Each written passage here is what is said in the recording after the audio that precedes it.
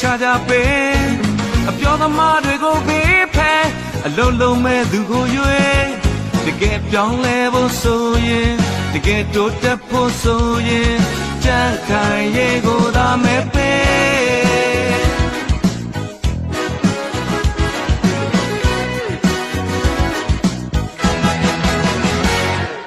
ပြည်တော်စုကြံ့ခိုင်ရေးဖွံ့ဖြိုးရေးပါတီပြည်တော်စုကြံ့ခိုင်ရေးဖွံ့ဖြိုးရေးပါတီ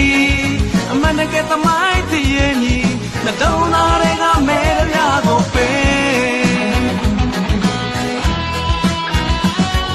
အများပြည်သူကောင်းစားရေးကြံ့ခိုင်ရေးကိုမဲတာပေးအားလုံးအတူတူတိုးတက်ဖို့အတွက်ကြံ့ခိုင်ရေးကိုသာ